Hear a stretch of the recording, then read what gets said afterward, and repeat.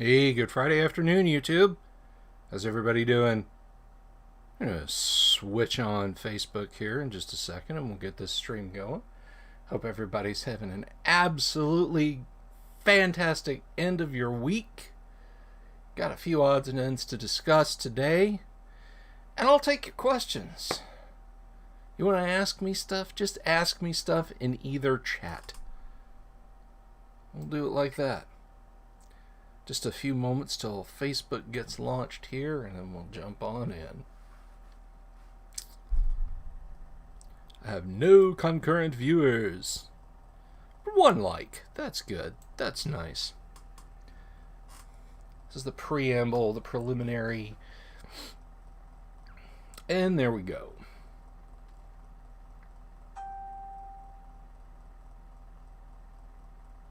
Hey, and welcome to our Facebook crowd, too. How are you folks doing today? I hope all is well. So we come to the end of another week, and boy, wasn't it fun. Now, if you missed Jay Ashiro Finney's live stream that I sat in on last night, it was a lot of fun. It was the Dork Legion of Doom, the Nerd Council of Many. And we talked comic books and role-playing games and social media and all sorts of stuff, and it was a lot of fun. It was like just a very chill stream. We didn't focus on any one thing, and I think there were 5 of us. I like doing the streams with Ishiro. It's good stuff. But I got back in touch with a lot of my comic book topics that I hadn't thought about for 30 years, 40 years. And it was kind of nice to discuss some of those things. So yeah, I had a lot of fun doing that. Next week is going to be busy towards the end of the week. We have got on Thursday at lunchtime, we'll talk to the great and mighty Alan Hammock. And then Thursday evening, we're going to talk to Jim Ward. That's right, the Jim Ward will be here again. We've done streams with Jim Ward before, and that's a lot of fun. Jim's always got some fun insights, and we're gonna pick his brain about all kind of cool things. We'll talk to him about GaryCon 13 and what he did there. We'll talk about his manuscript. His Deities and Demigods manuscript, and see when that's going to go back up on auction. We're going to talk to him about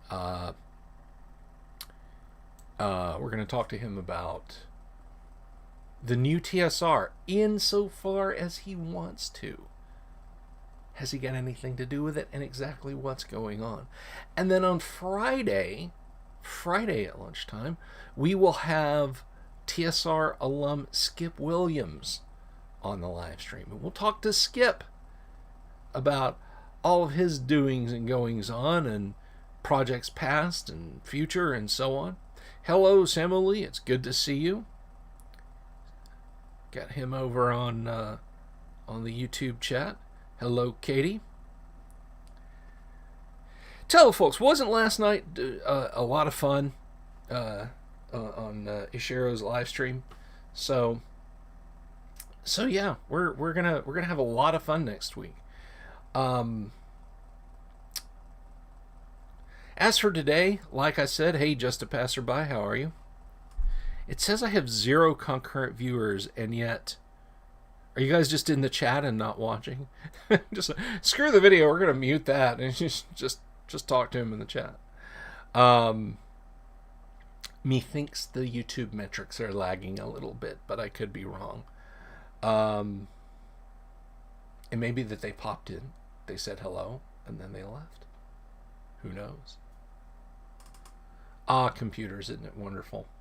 You know, I gotta say, speaking of computers, for those of you who are even a little bit somewhat interested in desktop PCs and laptops and so on, I mean, desktop PCs are about an atavism these days. You know, And I ranted a little bit about this, and I'll rant a little bit about it now. But Microsoft is dropping Windows 11, despite the fact that they said Windows 10 was the last Windows, and they would just update it with service packs. I knew that was a lie. I knew that was a lie because when OS 6 for Power Macs came out, and late 68,000 Macintosh systems, Apple said, this is it. We're moving over to, I think it was Taligent Pink or something with IBM. And until we get there, this is what we're doing. We're just going to support OS 6 with service packs, basically. And that went about as well as you could possibly imagine. It just, kept building cruft on top of cruft on top of cruft, and so on and etc. Introducing new bugs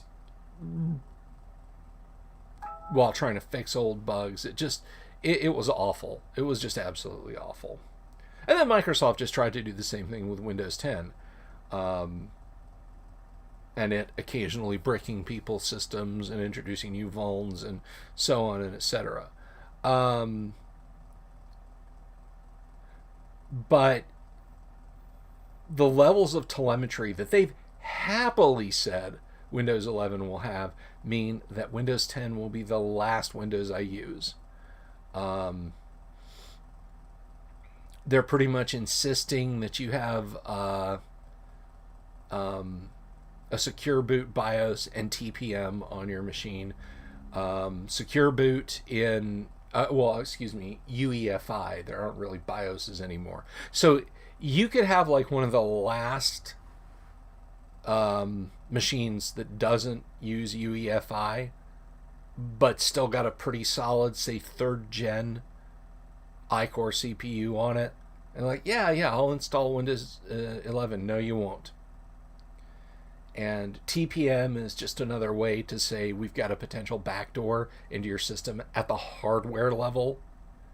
So I'm really not interested in Windows 11. But, and everybody's got a big but, right? Microsoft has stated, and it'll be interesting to watch this from a distance. I'm not doing the whole I'm going to install a VM and set up Windows 11 bullshit. Microsoft claims that Android applications will be natively supported in Windows 11 out of the box. That basically you can run, like if you've got a game that you like, that you run on your phone, Frozen Bubble or Sewer Racer or something like that, you can go to the Google Play Store and install it and run it in Windows. Now, I've been able to do that for years with BlueStacks on the PC. So I don't see what the draw is, but I don't know. But I may end up being one of those people who runs Linux and Wine to play games on, just because I can't, don't, and won't trust Microsoft. So I thought that was sort of interesting, if you care about computers. But we're not here to talk about computers that much. If you got any questions for me, any gaming questions, any RPG questions, and there's one I'm going to answer straight out of the box, which will hopefully spur a little bit of discussion, a little in-field chatter, if you will. But yeah, if you've got anything you want to say, anything you want to ask, just put it in the chats there, and I'll get to it. We're just kind of an open line, open mind today. And the thing I wanted to address is I have picked up some viewers lately, some folks who don't know me, who don't know why I do what I do and how I do what I do. And someone asked, they said, yeah, I started watching you because Ty Beard mentioned you on Nick Rekieta's live stream, and I was like, I want to check out your your show, and I can't remember who it was that said that. And to the person that said that, I apologize. Let me see if I can find your comment, because I wanna state your question as accurately as possible.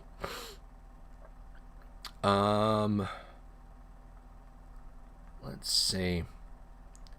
Let me see if I can find this real quick.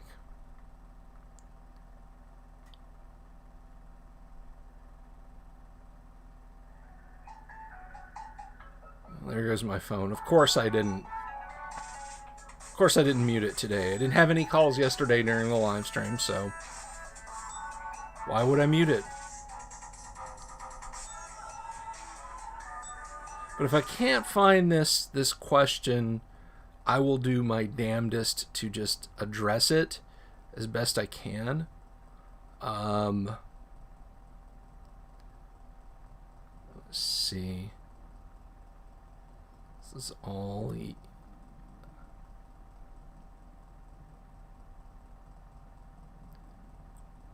Is it Matt Sillis?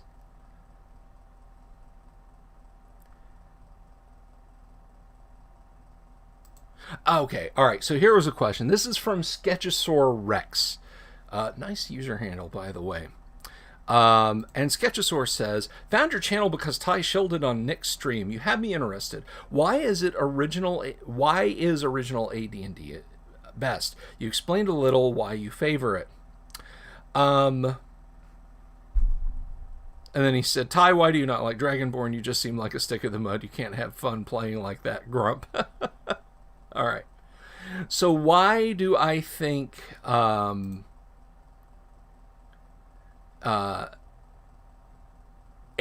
is best?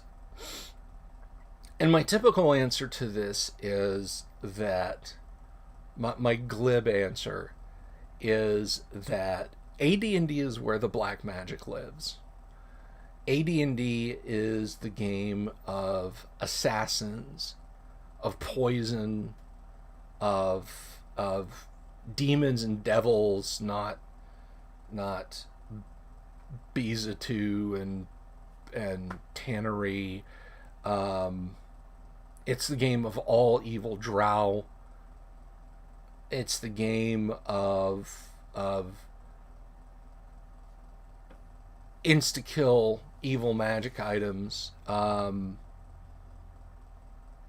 It's the game that gave us half-orcs because orcs are fecund, and Gary Gygax sent me running for a dictionary about every other page so I could look up what fecund meant.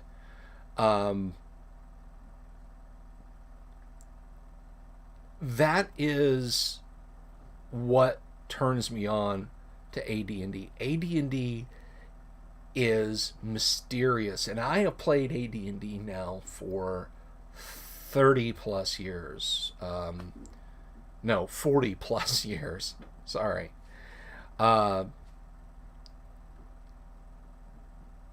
AD&D is a dark and gritty game that is...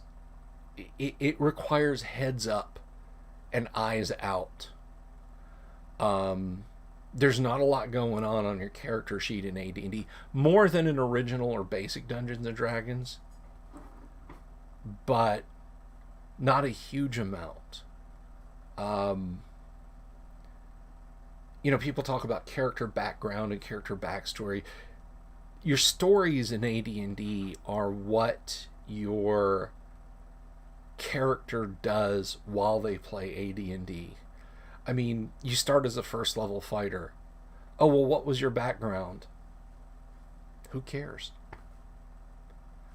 The now is now. Your stories are not, well, when my character was a dirt farmer, your stories are when my character was first level and the dungeon master sent us into the caves of chaos, and Bob's cleric was trying to read that scroll that we found that was too high, and he tried to cast dispel magic, but he blew his he blew his roll, and it had the opposite effect.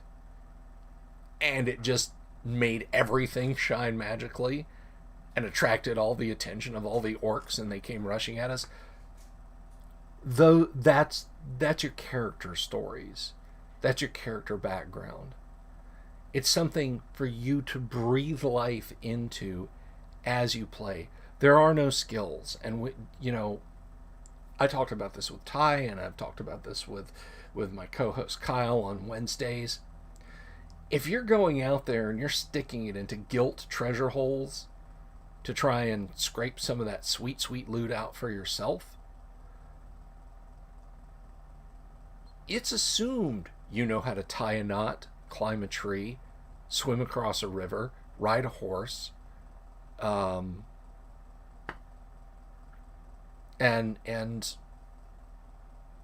make a fire, catch rabbits or squirrels with a snare so you can feed yourself. All those things are assumed about your character. It's like, we know you can do all this because you're going to do the most dangerous thing in the world. You're not hanging around the city of Greyhawk selling pots and pans. You're going to do something exceptionally dangerous, and you are equipped to do it. So let's go do it. It is an avatar-based game. It is a game of classes and roles that fill certain niches within the game. And when I look at a skill system, particularly if it's been bolted onto D&D, I don't see that I've got +3 in dance and +4 in knot tying and +1 in doing the laundry. I look at all the skills that my character doesn't have. I don't look at the skills that mean I can do certain things. I look at the skill list because, your generic skill or your generic character sheets for 3rd edition, I think, listed all the skills, and you could just, well, some of them did, and you could just write next to the ones, the skills you had. All those things that you don't have points in are things that you can't do. You can't even bother asking about. It's like, oh, I want to dance with a pretty lady at the fair. Do you have dance? No. Then you can't. You stumble around. You can't. Don't even roll a die. Don't even attempt it. Don't even try it. AD&D. I want to dance with a girl at the fair. Alright, she's impressed with your footwork. Or it might not even be a die roll from the DM. You just might say, well, she's very impressed with your footwork. To me, the further down the road into a skill-based system, and I'll give 5e some props for largely ditching skills. I think that was such a good move. I mean, I give it a lot of slack. I give I give 5e a lot of grief. I didn't mean a lot of slack. A lot of grief. But to me, being bold and saying, look, skills, they're out. We're going to focus on talents and feats. Now, the talents and feats thing, kind of, I think there's a lot of good things that they did with 5e. There's a lot of things about 5e that I don't think suit me. 5e is a fine fantasy role-playing game, and if I couldn't play AD&D, OD&D, Basic D&D, or Warhammer Fantasy Roleplay, if somebody said, I want to play a fantasy role-playing game, you ain't going to run it, Bill, so it's not going to be some classic D&D. It's going to be 5e. I could play that. I could absolutely play that. And I feel like AD&D brings the balance of heads up and eyes out and occasionally glancing at my character sheet. If I've got an 18 by double-aught strength, +4 to hit, +7 damage. I know that. It doesn't vary unless I get a new magical weapon. But by and large, the DM's going to keep track of all that. But when you get back to town, if you want to negotiate over the price of some gems you'd like to squander. Um, that's just something for you and your game master and your other players at the table to have, to have fun with, you know, not to worry about accounting and that sort of thing. A character levels up, the player handles whatever about their spells if they're a spellcaster. Otherwise, oh, you're a fighter, okay, you gain 10 more hit points. Great, awesome, go.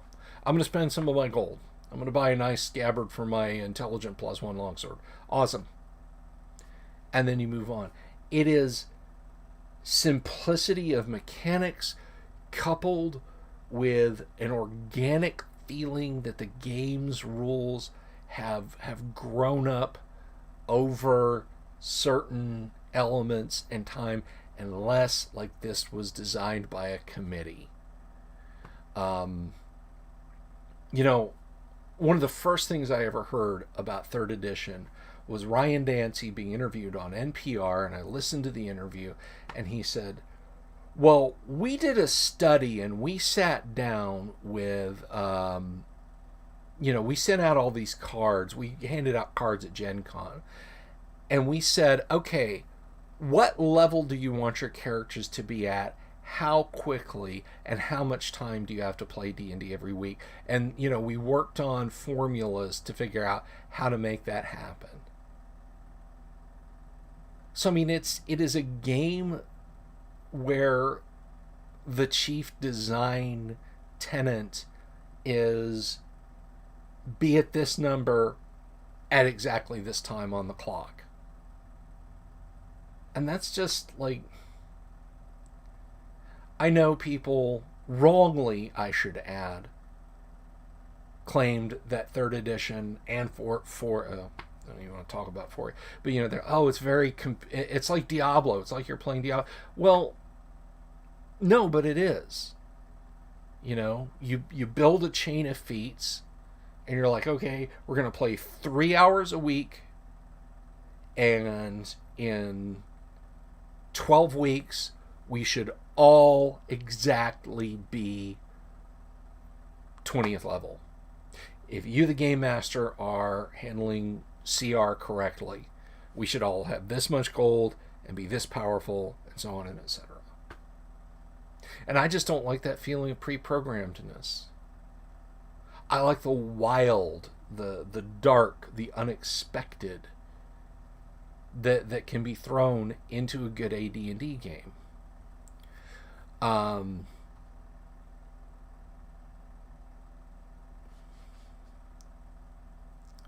So I'm going to answer some questions. I'm going to address. Awig says, "Oh, someone else said that." Yeah, that was somebody else. Did I see the movie Dark Dungeons based on the Chick Tract? No, it is on my list of things to do though. I'm going to check that out. I've heard it is quite the quite a hoot. Let's see. What is my favorite class to play? Katie, on the rare occasions that I do get to play, if I have the stat scores for them, I love to play paladins. I love playing a lawful good knight type character. Ryan Evans says, I cast Otto's Irresistible Dance at 9th level. Where all things dance. Yes. All things dance when you cast Otto's Irresistible Dance. Because you can't resist it. Paul says, 3rd edition went a little overboard with the number-based skills. I like having a handful of things a character is exceptional in. Helps rotating the spotlight. And that's what AD&D does. A thief can't, in AD&D, a pure thief should not be on the front line in melee. Now, if the pure thief wants to get in some sword blows, he should be hiding in shadows, waiting for the enemy to rush past him for the backstab. But the thief's time to shine is when you've rushed into the orc chieftain's chamber, slain all of his bodyguards and him, driven off any of his followers, and then you start picking through his goods. That's when the thief steps up. That's when the thief says, "Hang on, guys, I've got this," and starts searching for traps. All right. That's a cleric's time to shine. It's like, oh, we've taken some damage. Let me do some cure light wounds on everybody.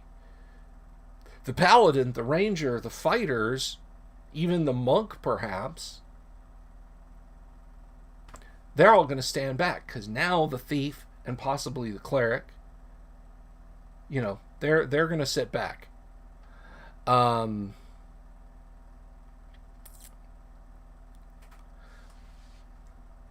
But then after they've been searching for a couple of turns, and I roll the old D6 for wandering monster encounter, and then see what exactly it was, in wander a few ogres. Now it's time for the cleric to stand back, maybe cast a bless, possibly a hold person. The thief's got to hunker down, and the fighter's got to step up and do their thing. And the magic user's got to lay down some suppressing fire. So the spotlight in AD&D does rotate, and it does highlight characters. And I think the problem, one of the myriad of problems with 4E, was that it was literally trying to accomplish the impossible.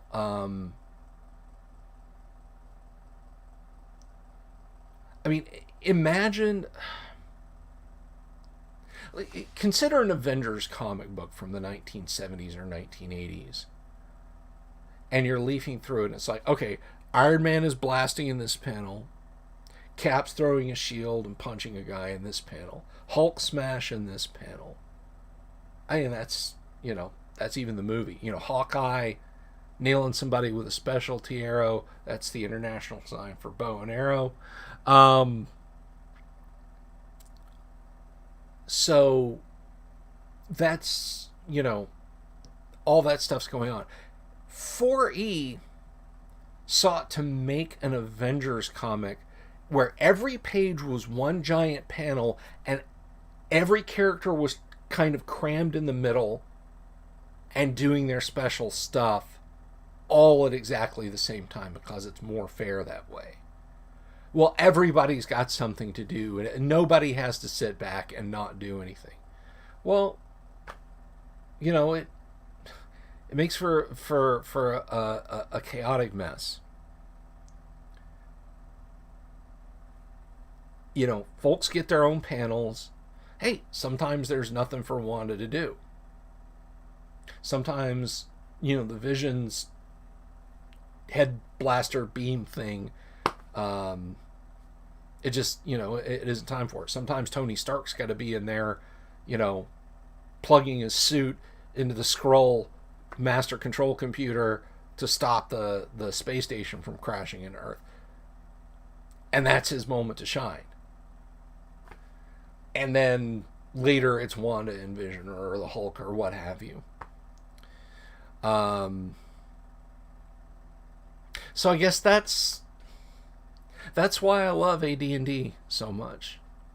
It's that sense of being in the world and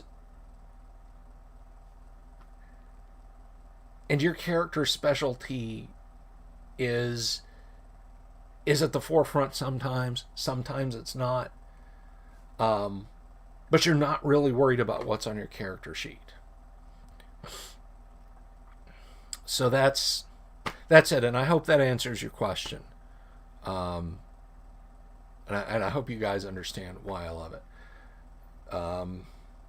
Plus, let me tell you what, I played a Pathfinder game, and I had fun with it because I was being helped along by the players, and I just came in and played it with attitude, and I didn't have to build my Pathfinder character over a long period of time. I was just like, What if Robert Plant had magical powers and could hop dimensions and times? And in your campaign world, he was a bard. And the game master thought about it and said, okay. So, I had Robert Plant from Led Zeppelin was my character as a bard. And he could he could do ridiculously, stupidly over the top things. And I loved hanging out with my friends online and playing that game. It was really enjoyable, but we hit a point in a game where one of the players, one of the magic users, could summon some kind of guardian creature. Now, the monster manual for that game, one of the many monster manuals, says that when this creature dies, it explodes for a whole bunch of damage. But did that apply to the summoned ones because they were actually made from celestial energy? And the game literally, it like skidded to a halt while we tried to figure that out.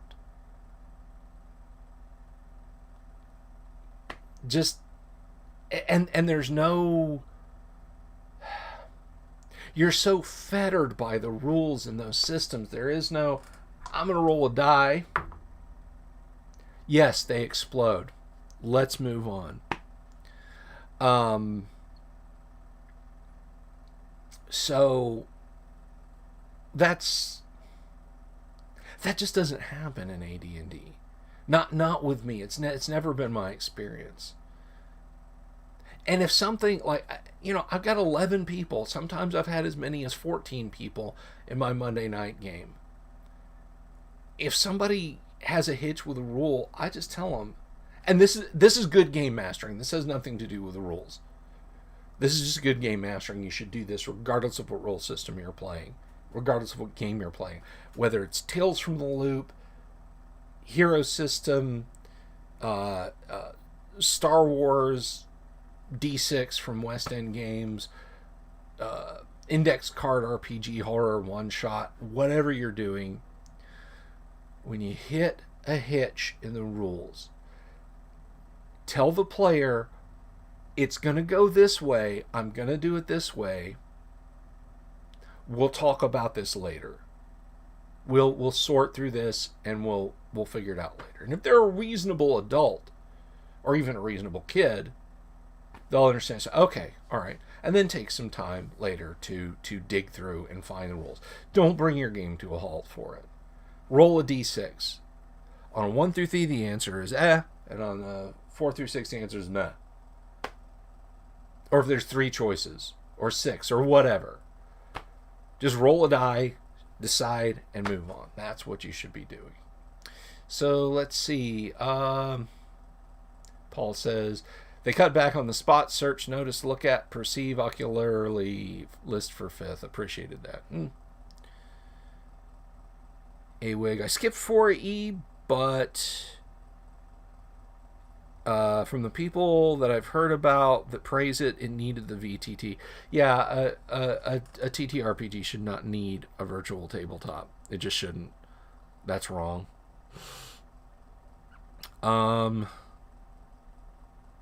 AWIG, yeah, you shouldn't require a VTT to play a game. Katie, how much... Hello, Elton. How much prep time do I do for my games? It depends on the game. AD&D, generally, I can have a good-ish idea of what I want to do for the game and roll with it and not sweat a lot of prep time. If I know, like, we have sessions in the AD&D where the A stands for accounting, where the players will get back to the city of Greyhawk or wherever, and they're going to want to shop. I'm going to hand out XP, yada, yada, yada. Those nights, particularly if the players want to get into some more adventuring, I try and have everything evened out so we can come back and I can say, okay, everybody, you get a base of 5,200 XP for the session in the treasure.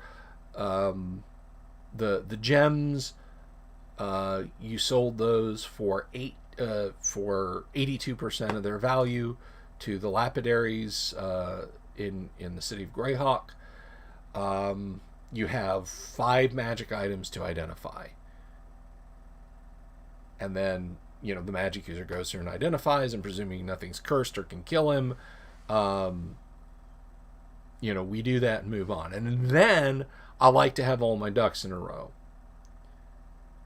because telling everybody to slam the brakes on while I calculate XP, no, I got to have everything prepared. But if it's just picking up from the previous week, like, it's 12:58 and the characters are searching around in a room, and I'm rolling that wandering monster encounter, and in walk those ogres. I'll make a note, 5 ogres in a room, and then and just not even sweat it till the next week, because I know that ogre fight's going to go down first, and then the characters are going to keep exploring the dungeon, barring some ridiculously bad luck where, like, a character dies and they got to have him raised or something like that. Paul says, played a bunch of 4th, and it was closer to an advanced board game than an RPG. It was fun for what it was. It was not D&D, though.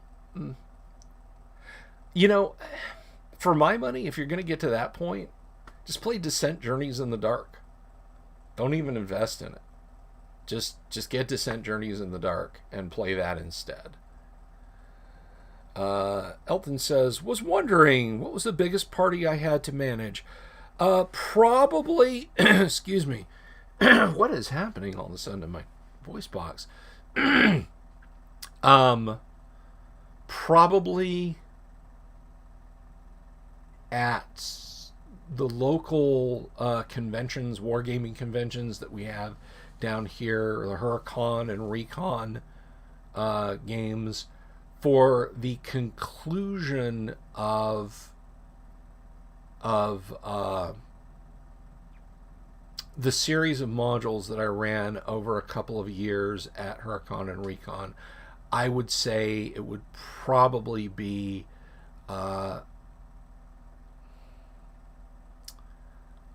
I think I had 24 people in that game. I think.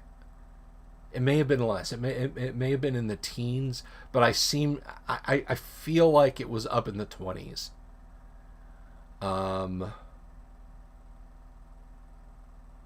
So yeah. I had a number of people, 22, maybe 20, maybe 18. I feel like Vice Grip Garage over here. I don't know. 20? No. 22.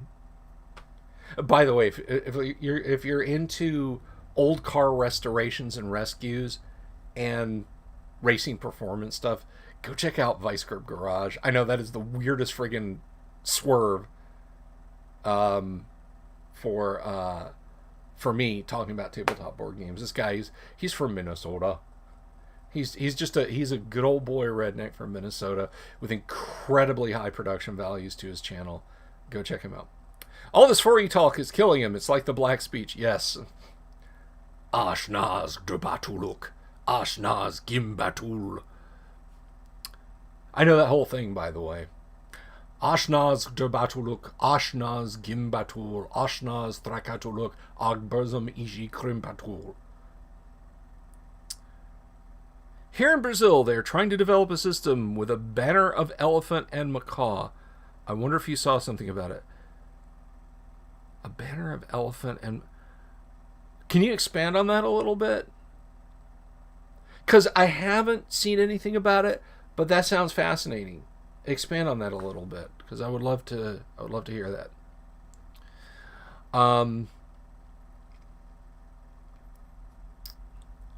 Now, to go back to Katie's question, because it's a good one about prep time.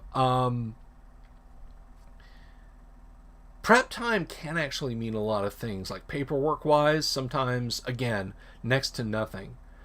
But here on this table that you guys can't see, there are times when I have had this table covered with Dwarven Forge and miniatures.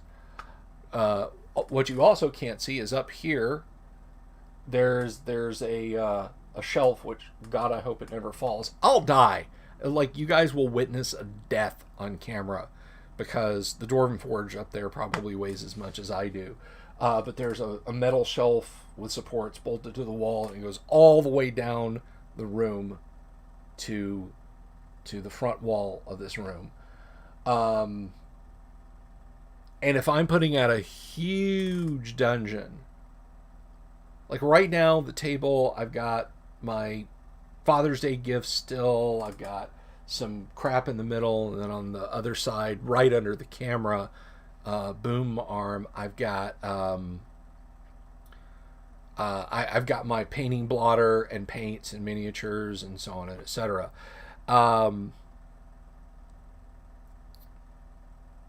And if someone called me up and said, hey, can you run a game for us? Or Monday night, I was like, no, I want to have a bunch of Dwarven Forge out for the guys and miniatures. I'd have to clean this table off, which would be an effort unto its own, and then start plucking boxes of Dwarven Forge down and setting up miniatures and so on and etc. And that can take a couple of hours. Okay, so Elton says, you have people exploring a fantasy version of Imperial Brazil like the 17th or 18th century. You have a mix of African, native, and Portuguese culture and mythology. I think they have an English version. Well, that sounds kind of cool.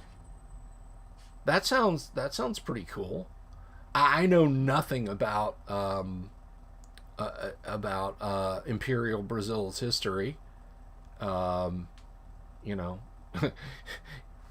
was colonized by the Portuguese. That's it. That's what I know. Oh, don't fuck with the cops in favelas. Favelas, however you pronounce it. That too. But no, that actually sounds kind of neat. African, native, and Portuguese culture and mythology. I think they have an English version. That could be interesting. That could be really super interesting. Alexander Davis on Facebook says, in the first edition Dungeon Master's Guide, what weighting system is used for thrown stones by giant? Is it in pounds, stone, or kilograms? Alexander, I would say almost certainly pounds. American imperial measurements. It would not be in kilograms. Nothing in D&D, I think, has ever been done in metric systems in the United States. So that is that is what that is. Now, I will tell you that one of the measurement systems in D&D is in coin. And it's basically 1 gold piece equals 1/10 of a pound. So 10 gold pieces, or 1 coin equals 1/10 of a pound. Now, 1.6 ounces of silver, for example, and I'm thinking of that for a specific reason, is a lot. I have a bar of silver. I don't keep it here in the house, but I do have a bar of silver. And it is a 1 ounce. Is it 1 troy ounce or is it 10 ounces? I don't remember. But the point is that 1.6 ounces, that would, gold, silver, what, like 1.6 ounces of copper is much bigger in area than 1.6 ounces of gold.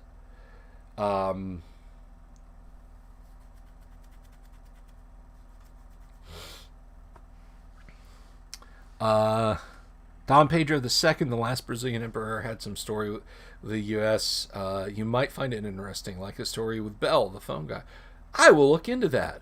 Thank you, Elton. Little history lesson from Elton. But the coin measurement system, it can be a little wonky at times. But like when I was a kid and I was reading about exceptional strengths, like, oh, you can, you know, 18 by whatever, and carry an extra 1,000. I was like, holy crap, you can carry 1,000 pounds. I'd be running the games. Yeah, you guys have got no problem. You know, Bob can carry that. Can carry that giant statue out. He's got an 18 by 22 strength. You know, no, it's 1,000 coins, an extra 100 pounds, which is still pretty formidable when it comes to weights. But yeah, you know, it was. I said, oh, 1,000 coins weight. Gotcha. Gold is quite dense, like platinum. Yes, yes. Copper less so. What was it? Someone was asking me if I used like all of Gary. Is Gary's Greyhawk, particularly City of Greyhawk, was very specific to Gary. So his coin system went all the way down to iron pieces, and it was like 1,000 iron to a copper, or no, it was like 1,000 iron pieces to a bronze, and then like 100 bronze pieces to a single copper. So it's like you would have to have like warehouses of iron pieces to make any appreciable amount of gold pieces, and I would be pissed off if I was a player and the dungeon master had a dragon whose hoard was iron pieces. Like, oh, gallery after gallery coins. Woohoo! What are they? Iron pieces. I wouldn't even talk to that DM again. So yeah, the copper piece is still the baseline lowest currency in my games. No bronze, no tin, no antimony coins.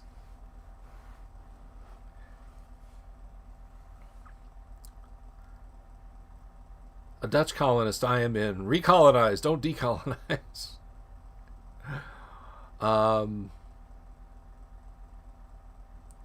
But yeah, the coin weight system is interesting.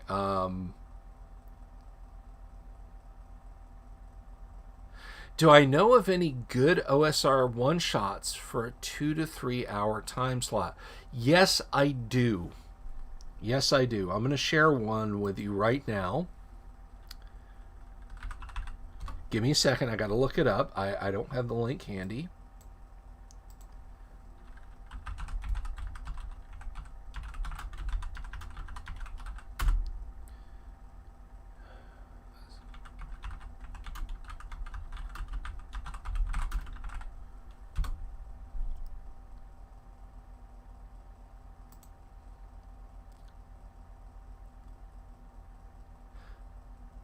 This just kind of blows my damn mind that this thing is out there like this. But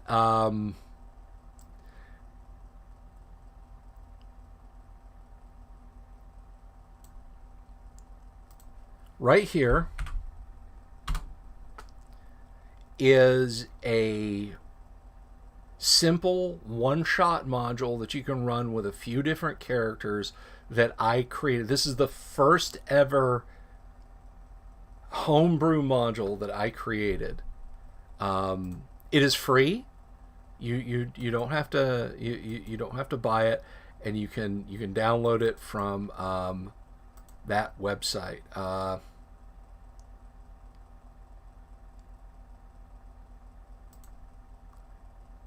The trove is still down. So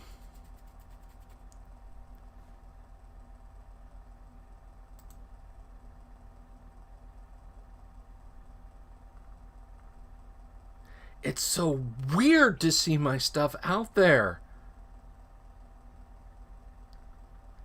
like this. Oh, no. Not that one. I'm sorry. This one. Stealing the Night Away.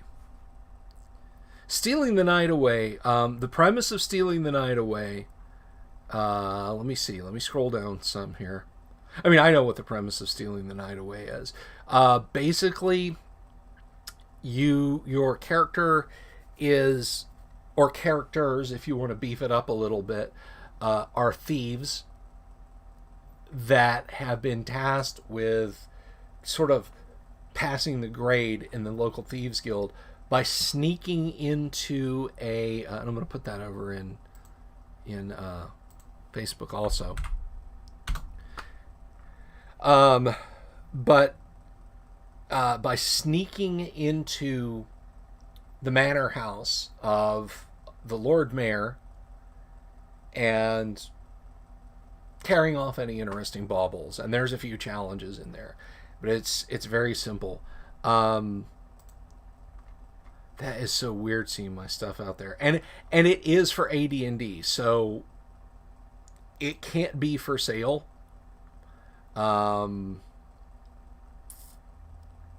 It was originally set up as as kind of a one-on-one thing. This is so weird seeing my stuff just kind of scattered.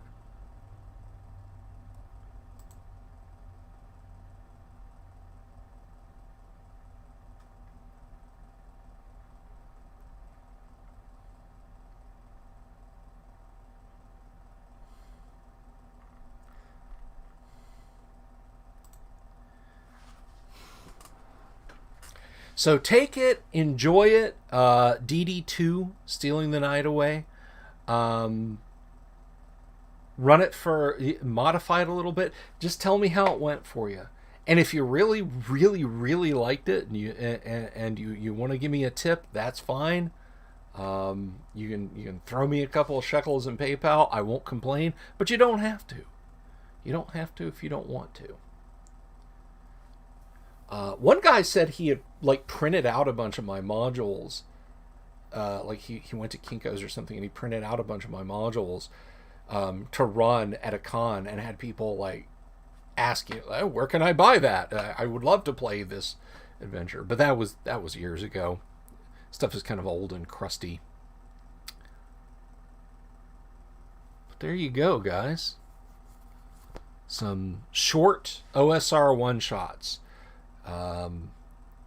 But I would say Stealing the Night Away would be the longer of the two. It would probably fill a couple of hours. If you include character generation, okay guys, you're going to make an AD&D character here and we're going to run them through this adventure. You absolutely can do that. But there you go. I hope that helps.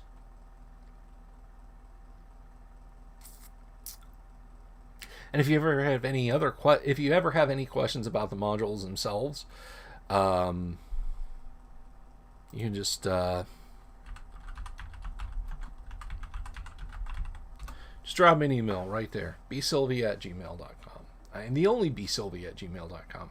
Despite the fact that there's a lot of people with the last name Sylvie who have the first initial B who use bsylvia@gmail.com as their dumping off spot, just bsylvia@gmail. So what else you got for me, guys? Any questions? Any more questions? Any comments, criticisms, negative, nasty remarks? Bring them on. Just hit me.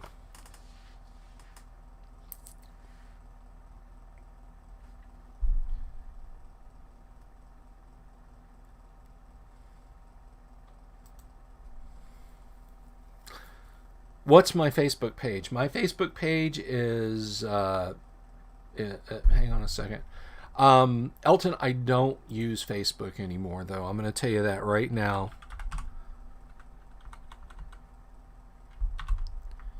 This is me on Facebook. If you want to reach out to me, email is your best bet. That email address I put, because I just am not going to use Facebook anymore. It's not quite as bad as Twitter, but it's bad enough that I have quit it, except to link to live stream to.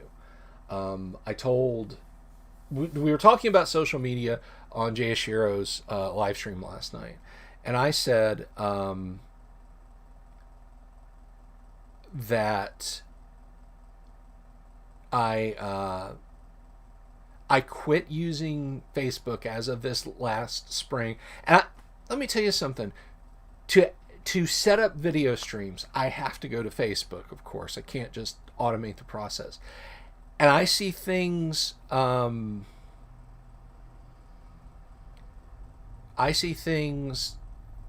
interest me. I see friends' status updates.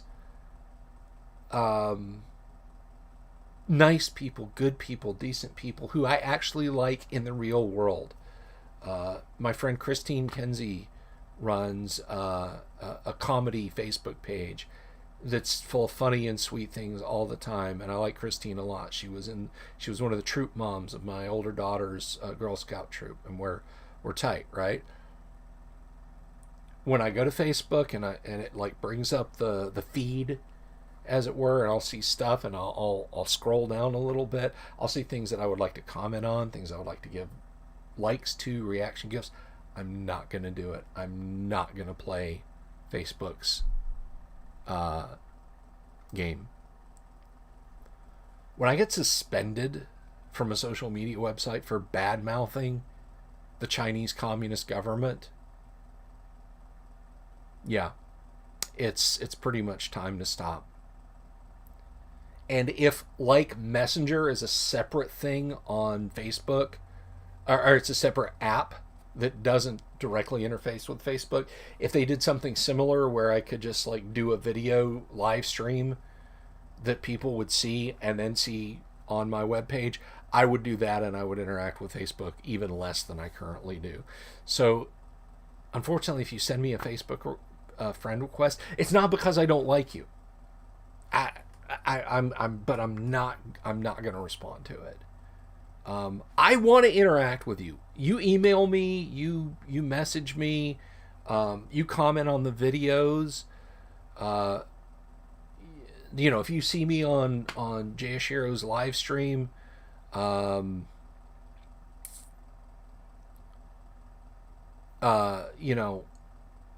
just do that. And I like emails. I like sending and receiving emails. Just a passerby. Okay, hitting you. Don't hit! You got sent to... Oh my God. That is horrible. Not what you said, that they sent you to Facebook jail for that. Twitter mob tried to attack the company from the D&D creator. He will have some stuff to fight for. Yes, I saw that. Ernie is non-woke. He's definitely his father's son. And good for him. At the Ishii stream, you claimed about the new card system for sensitive subjects. Are there taboos for you in RPGs? Yes, there are. I'm glad you brought that up, just a passerby. Yes, there are.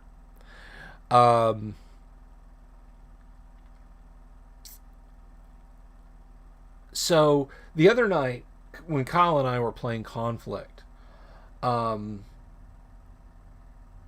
was doing an intimidation tactic on a guy that I wanted answers out of. And I took I said I'm getting like a big 2-gallon jug of water, and I'm taking it to this guy's jail cell. He's in jail in a third world country. And I just stopped and I said, guys, just for anybody who's watching the stream, we're not about to role play me waterboarding a guy. All right, that's not going to happen. This is not. Don't go. Oh my God, Conflict is the role playing game of waterboarding political prisoners, because that's not what it is. I literally withheld water from the guy while I was asking him questions, and then gave him a drink. That was it. I would never do that in role play. I would never say, okay, guys, we're playing Conflict, or we're playing Top Secret, or we're playing, just some homebrew thing. You've got these terrorists, whatever kind of terrorists, domestic terrorists, foreign terrorists, Shining Path, Om Shirinko from Japan, whatever. They're not going to give you the questions. but you're authorized to waterboard them. So let's role play that. I'm not going to do that. Okay, that's not going to happen in my games. That's a real world thing that's really friggin' unpleasant. So we're not going to do it. Sorry, my nose keeps itching.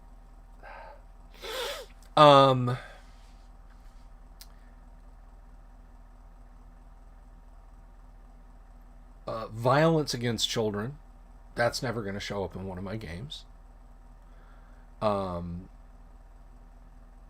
explicit sexual content. Kyle talked about, the best way to do it, like, even if it's a romantic thing, it's like, the female magic user's fallen in love with the male paladin, or the female magic user's fallen in love with a female paladin. And they're going to go to the room in the end. Fade to black. It's not important that we go any further than that. All right? Fade to black. And then we continue on. I don't need to describe it. I don't need the player to describe it to me. It's just like the next day you feel refreshed and more in love than you did before. And then we move on. So there's the taboos for me in RPGs are things that would not be acceptable to show in, say, an R-rated. I might say, like, if a succubus shows up, if I roll a random encounter, the party is waging a war on an abyssal plane, and a succubus shows up and tries to seduce one of the characters, I say, she's there, she is completely stark naked. That's kind of an R-rated thing, but anything beyond that is fade to black. But generally speaking, because I'm going to do that, you're never going to have to break out an X card. And I'm sorry, but if your X card, if you're like, I have severe arachnophobia, this is a fantasy role-playing game. You can bump into giant spiders. All right? They're prevalent in pretty much all Western fantasy. Fafhrd and Mouser fought giant spiders. The Hobbit, The Lord of the Rings. Giant spiders are bad. I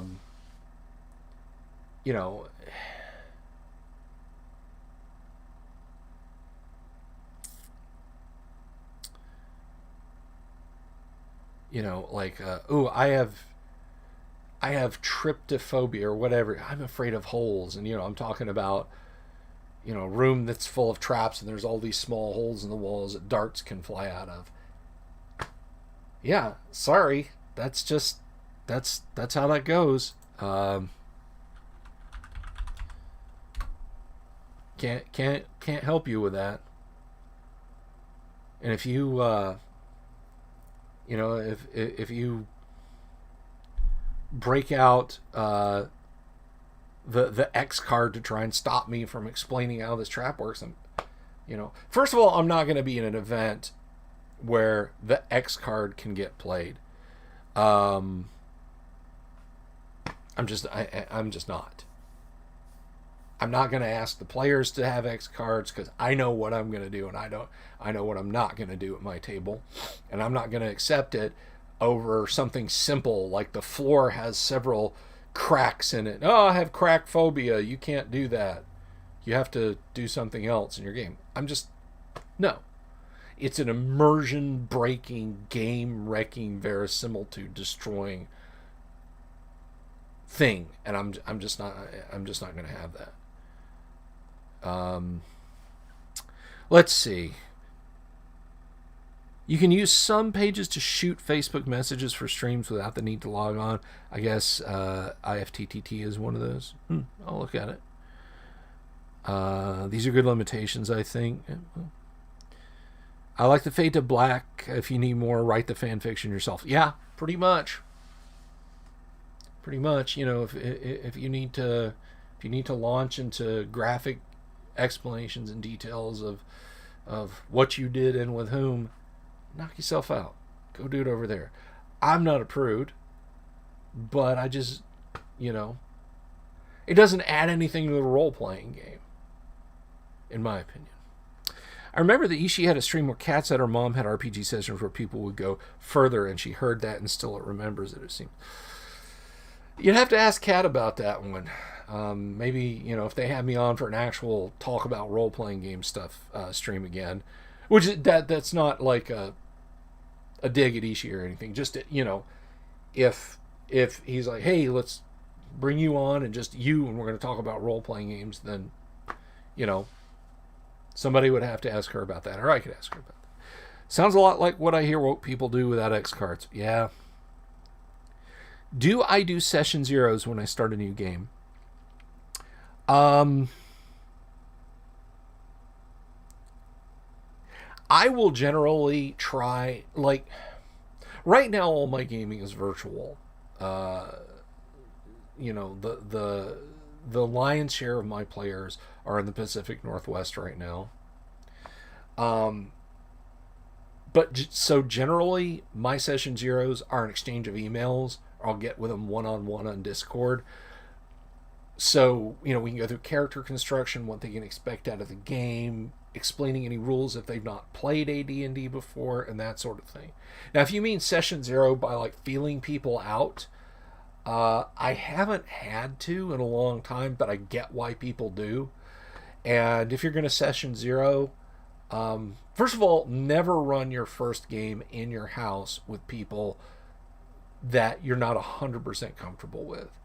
Now, if you have friends who come over all the time and you're like, guys, I want to try playing this new RPG, would you be my guinea pigs? That's one thing. But just like dude I bumped into at the comic store, yeah, no, your first sessions before you can really say, I know this person, should be in a separate neutral site, the library, you know, what have you. If you mean a session zero by like feeling out what people will put up with and what they won't put up with and so on and etc. Again, I can't say that I ever have because I know my limitations. But if during the course of one of my setup sessions somebody's like, yeah, you know, I can't handle X, you know, and it's within reason, then that's a good time to get that out. But I can't say as it's ever come up. So if you want to elaborate on that question a little bit, Katie, I can maybe give you a little bit straighter answer. Have I had experience with the German system, the Dark Eye? I know it, but I've never played it. I actually have a miniature that's designed for the miniatures line of the Dark Eye. Just because it's so goofy and cool looking, I had to get it. It's this is what the mini is described as. For the Dark Eye, it's a saucy wench, I think. And it's just the most silly, sarcastic looking mini. So I had to grab one of those. That's as close as I've ever gotten to Das Schwarzauge. So I guess you don't require players to sign a social contract. No. The only signature from players that I want is for them to put their name in on a sign-up sheet if I'm doing a game, so I know beforehand what I've got. X cards are one thing. The pregame checklist to the GM must never mention presumes the GM is subservient to your whims. Old school you assume the best of people, not so much these days. I guess, man. You know, sometimes I feel like what's his name? He was on SNL. He voiced Lionel Hutz.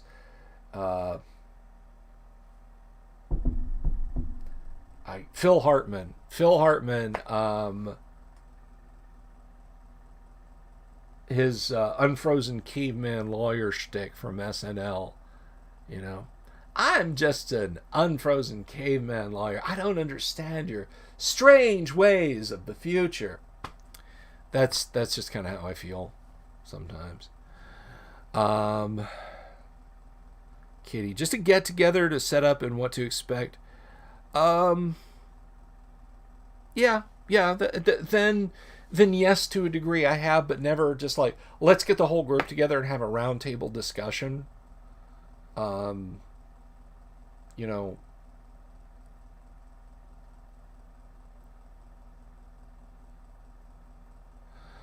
let's see. I did play the Dark Eye 30 years ago. That's right. There was a Dark Eye computer role playing game, but again, I never played it. Chris Moneymaker says, I never heard about the social contract until a couple of years ago. Uh, Tabletop gaming social contract? Yeah, I never had much truck with that. I just think the social contract in general is good to apply to a tabletop game and don't worry about, other stuff. I mean, if you're at somebody's house and you're DMing a game and, their kids are going through the kitchen or whatever, asking for what have you, and you're like, the goblin children are about that size, and then they get grabbed and ripped apart like fresh bread. That just don't fucking do that, okay? That's weird and awful. um,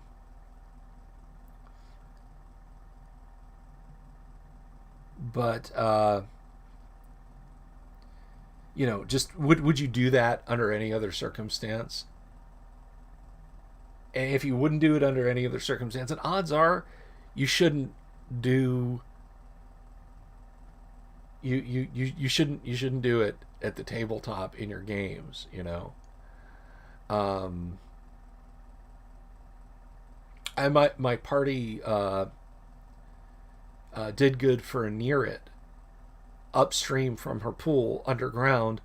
A bunch of ogres had dammed up the stream that fed her pool, and the little bit of water that was coming in was filthy and soiled.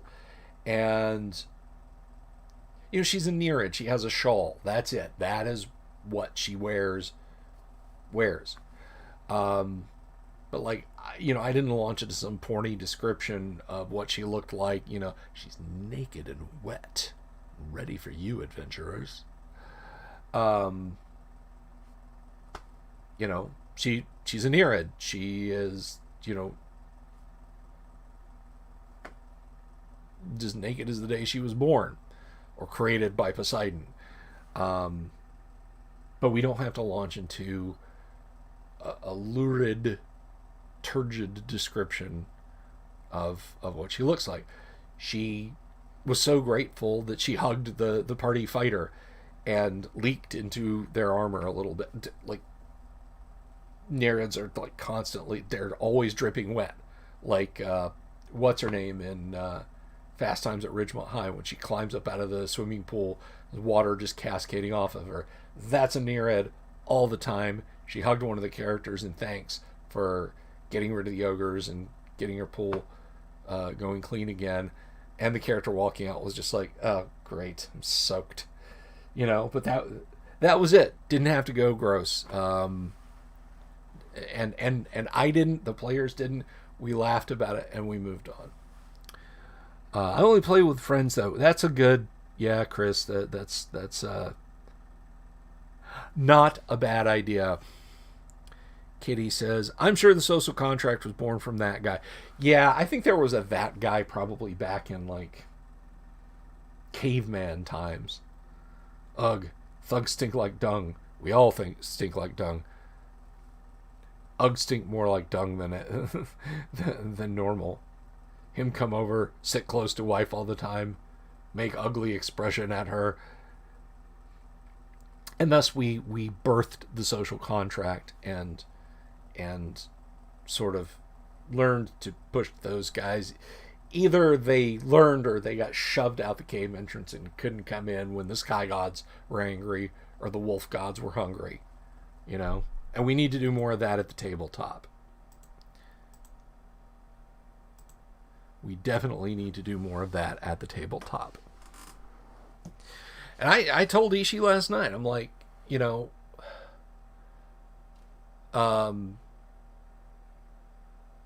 maybe X cards at the tabletop can be used as a covert gatekeeping method.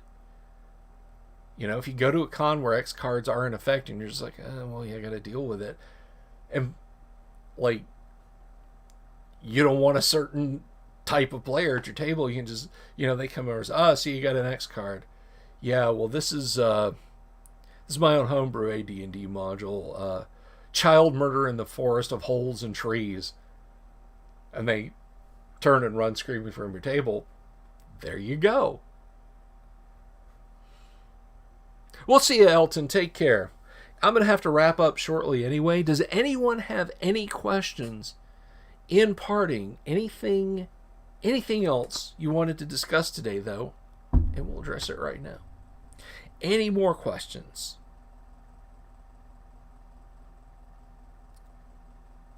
While I've got you guys here, let's see. Today's subscriber count. All right, well, we're at 714 subscribers right now. We were 715 this morning, but I guess somebody decided to dip out. That's fine. That's okay. I'm not upset. This might not be your kind of channel. I totally get it. It's okay. But I just want to remind everyone that when I get 1,000 subs to the channel, I will run a virtual mini convention.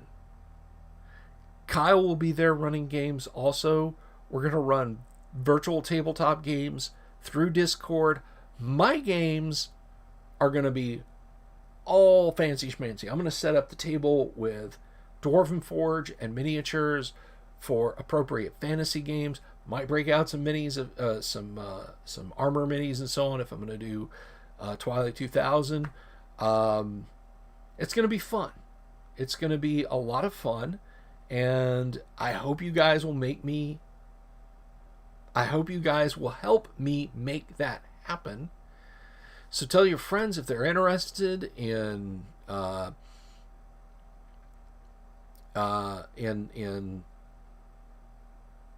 tabletop RPGs, in old school RPGs. Support the channel, click subscribe, click the bell, thumbs up on the videos that you like. If you don't, click thumbs down. That's fine. And let's get to 1,000 subs. Let's get to 1,000 subs. We can celebrate that with a mini convention, a virtual mini convention. Chris says, subs are hard. It seems for 10 I get, I lose them. Yeah, I feel you, dude. I really feel you.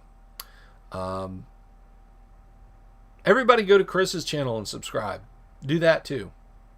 Chris Moneymaker, go to his channel. Hex crawls, predetermined or random hex contents. Yes. I will randomly create the content of a hex before the players get there. I'll just see what the hex is going to contain. What the hex is going on. Kyle and I did a hex crawl, let the dice decide kind of thing a while ago. If you look back through the streams, you'll find it. But we had a lot of fun. We generated some hexes around a small keep and filled it up with stuff. And oh my God, there are bandits, bugbears, giant spiders, giant snakes, just every hex around was populated and had something going on. So, like, when a party crosses the world of Greyhawk, if they go more than a single hex, like like if the group went from the city of Greyhawk to the Grand Duchy of Jeff, I think that would be a month or so of overland travel. And this feeds back into what Katie was asking about prep time. And I should have mentioned this: if there's going to be a lot of overland travel in a session, Katie, and in response to Paul, the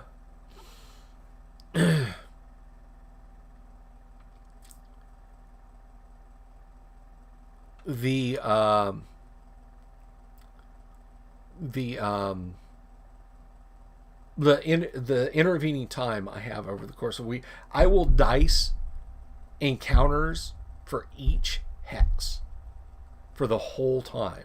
For every day of travel, whether it takes a party across a whole hex or not, I will dice to see if they're going to have an encounter that day based on the outdoor travel encounters versus what terrain. Like, I think for open plains, you roll like 3 times a day.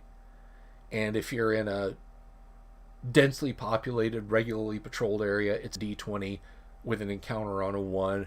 If you're in a sparsely populated, sparsely patrolled area, you roll a D12 and it's a 1 on an encounter. And if you're in a wilderness area with limited to no patrols, it's a D10. So I'll check that out, and the closer they get to cities, the higher sided face of dice I use. And I'll check for settlements and monsters and possible encounters. And in an overland march, a party might acquire lots of treasure, lots of monsters, because when I check to see, it's like, okay, oh man, they ran into 9 trolls. Is it their lair? Well, there's a percentage in lair chance for a given monster, so I'll check the percentage dice and I'll say, oh, it's 16. I think that's definitely running into trolls in their lair. Like, yeah, you're in a dismal bog that you're crossing. It's near the Silverway River, and you settle down in a copse, and that night, as you're getting your fire going, before you know it, you're set on by the trolls, because they literally camped right near the trolls' lair. And if the trolls are beaten back and flee, they'll head straight to the cave entrance, and if the party follows them, you'll find out, oh, the stump is hollowed out. Well, what's going on here? And it's like, the escape hatch stump from Hogan's Heroes. Aha! They'll go down in, they'll find the wounded troll, finish it off, and then there's his lair with potential treasure, or even prisoners to free. And you can just go on and on like that for every hex, and then over the course of a month of travel, you've got maybe 4 or 5 in-game sessions where a hex is populated. So yeah, that's what I do with hexes, with hex crawls. Check every day. Check every day's of travel. And if that day takes you across the entire hex, then there you go. Yeah, do comment. Do like and comment. Help feed that algorithm. Even if it's just, hey, good video, or hey, this video sucks. Get a haircut, fatso. Then so be it. It'll feed the algorithm. But as for feeding and me being fat, I'm going to go get some lunch, guys. I've had an absolute blast today. Really great session. I thought I was going to wind up 10 minutes ago. But thank you all for stopping by. Like, subscribe, comment. We'll get to that 1,000 subs, and I'll get that mini-con set up, and you guys are all invited, okay? Have an absolutely wonderful, safe weekend. Be well, guys. I love you all. I mean that. Thank you for swinging